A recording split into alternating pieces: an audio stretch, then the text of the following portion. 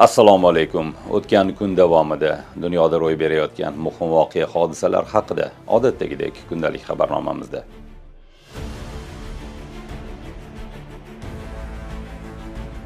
Shveysariyada AQSh va Eron yuqori martabali rasmiylari o'rtasidagi muzokaralarning birinchi raundi yakunlandi. Qo'shma Shtatlar delegatsiyasiga vitse-prezident JD Vance boshchilik qildi. Shuningdek, prezident Trampning kuyovi Jared Kushner va maxsus vakili Steve Witkoff ham borgan. Eron delegatsiyasiga esa parlament spikeri Muhammad Boqir G'olibov va tashqi ishlar vaziri Abbos Araqchi boshchilik qildi. Shuningdek, vositachilar qatorida Pokiston va Qatar bosh vazirlari ham Shveysariyaga borgan. Vositachi davlatlar qo'shma bayonotida aytilishicha, 10 soatlik muzokaralardan so'ng AQSh va Eron 60 kun ichida yakuniy kelishuvga erishish bo'yicha yo'l xaritasiga kelishib olgan. Tomonlar Livandagi harbiy harakatlarga chek qo'yish mexanizmiga ham kelishgan. Shuningdek, Hormuz bo'g'ozi orqali kemalar xavfsiz o'tishini ta'minlash maqsadida tushunmovchiliklarning oldini olish uchun aloqa liniyasi tashkil etiladi.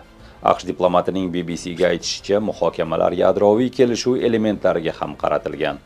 Eron tashqi ishlar vaziri Abbos Araqchi uning mamlakati neft eksporti uchun cheklovlardan istisnolar olishga, muzlatilgan ayrim aktivlarni qaytarishga hamda Eronni qayta tiklash rejasini ishga tushirishga muvaffaq bo'lganini ma'lum qildi.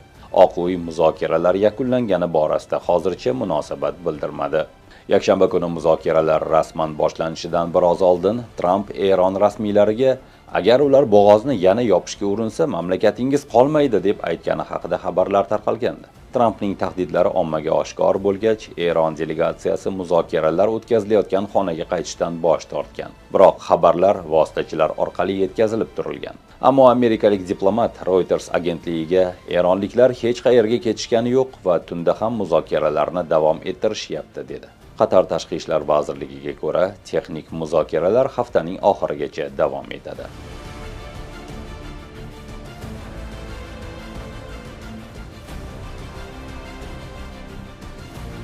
Yakshanba kuni Yevropaning katta qismini kuchli issiq to'lqini qamrab oldi. Havo harorati Selsiy bo'yicha 40 darajaga yaqinlashdi. Bu holat butun qit'a bo'ylab ogohlantirishlar berilishiga, transport tizimida uzilishlarga hamda yovvoyi tabiat, sayyohlik maskanlarida og'ir vaziyat yuzaga kelishiga sabab bo'ldi. Bir necha kun davomida harorat 35 darajadan yuqori bo'lgach, Italiya rasmiylari 8 ta shahar, jumladan Bologna, Florensiya, Milan va Turin uchun qizil darajadagi ogohlantirish e'lon qildi. Ispaniya ob-havo agentligi ham bir necha mintaqalarda ogohlantirishlar e'lon qilgan. Ekstremal issiq infratuzilmaga salbiy ta'sir ko'rsata boshladi. Fransiya Milliy temir yo'llari kompaniyasi yuqori harorat elektr tarmoqlariga zarar yetkazishi va relslarning kengayishiga olib kelishi xavfi tufayli temir yo'l tarmog'iga kuchli ta'sir ko'rsatganini aytdi. Uning so'zlariga ko'ra, tarmoqni kuzatish uchun 3,5 ming nafar xodim safarbar qilingan, yana 2 ming nafar esa favqulodda ta'mirlash ishlarini olib boradi. Operator dushanba kuniga qadar asosiy yo'nalishlardagi 71 ta shaharlararo poyezdlar qatnovini bekor qildi. Germaniyada harorat allaqachon +38 ga ko'tarilgan bir paytda kuchli yomg'ir va shiddatli shamol boshlangan.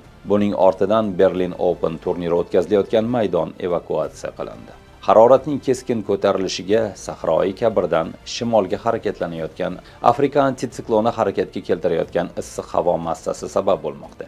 Meteorologlarning ta'kidlashicha, bu tizim issiq gumbaz deb ataladigan hodisani yuzaga keltirib, issiq havoni g'arbiy va markaziy Yevropa o'zi ushlab turibdi. Shuningdek, haroratning kundan kunga ko'tarilishiga sabab bo'lyapti.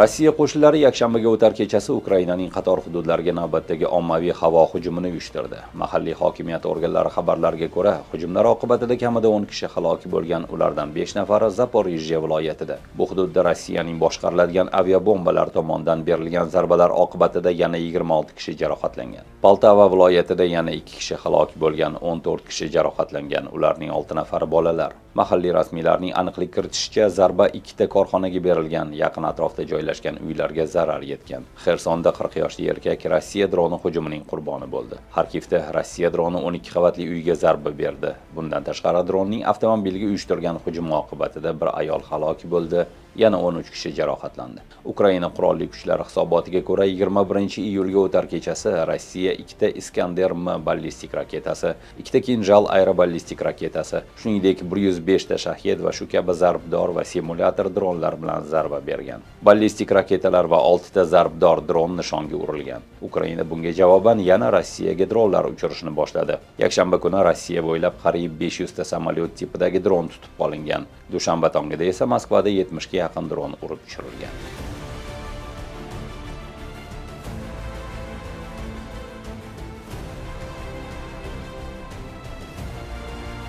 Tayvan harbiylari shu haftada 5 kunlik jangovar shaylik mashg'ulotlarini o'tkazadi. Mudofaa vazirligiga ko'ra, bu tadbir urushni simulyatsiya qiluvchi yanada realistik mashqlar, modernizatsiya rejalarining bir qismidir. Tayvan harbiylari o'zining ba'zi mashg'ulotlarini Xitoy orol atrofidagi muntazam mashqlardan birini to'satdan haqiqiy hujumga aylantiradigan ssenariyga asoslashni boshladi. Vazirlikning qo'shimcha qilishicha, bu mashg'ulotlar tinchlik davridan urush davriga tezkor o'tishni va ustuvor joylashtirishni kuchaytirishga yordam beradi. Bunda harakatlar haqiqiy qo'shinlar tomonidan, haqiqiy joyda, real vaqt rejimida, haqiqiy texnikadan foydalangan holda va amaliy ijro orqali olib boriladi. Bu e'lon Xitoy Tayvan yaqinida osmonga yana ko'p miqdorda harbiy samolyotlarni yuborgani haqidagi xabar berilgan kuni yangradi. Gap Xitoyning 21 ta samolyot haqida bormoqda. Ulardan 19 tasi Tayvanning janubi-g'arbidagi havo hududiga kirib, ochiq dengiz ustida uzoq masofali o'quv mashg'ulotlarini o'tkazgan.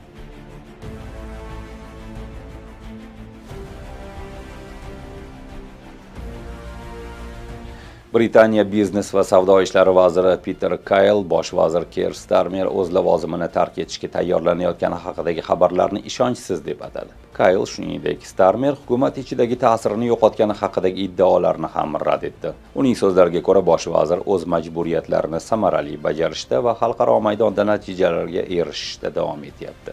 Vazir bunga misol tariqasida Starmerning G7 sammitida o'tkazgan muzokaralarni keltirdi. Britaniyadagi siyosiy inqiroz haqidagi mishmishlar fonida AQSh prezidenti Donald Trump ham Starmer go'yoki iste'foga chiqishi haqida yozdi. Trumpning fikricha, Britaniya bosh vaziri migratsiya siyosati va energetika masalalarida muvaffaqiyatsizlikka uchragan. Amerika prezidenti kutilayotgan iste'foni go'yoki allaqachon hal bo'lgan masala sifatida taqdim etib, Starmerga omad tiladi. Avvalroq BBC nashri ham Leyboristlar partiyasidagi manbalarga tayanib, Starmerning kelajagi atrofidagi kayfiyat sezilarli darajada o'zgarganini xabar qilgandi. Unga ko'ra, borgan sari ko'proq hukumat vakillari bosh vazir allaqachon dushanba kunining o'zidayoq ketish muddatlarini e'lon qilishni taxmin qilgan. Starmerning o'zi esa avvalroq bir necha bor iste'foga chiqish niyati yo'qligini va faoliyatini davom ettirish niyatida ekanini ta'kidlagandi. Bugunchalik sizga yetkazmoqchi bo'lgan xabarlarimiz shu. Ko'rishguncha.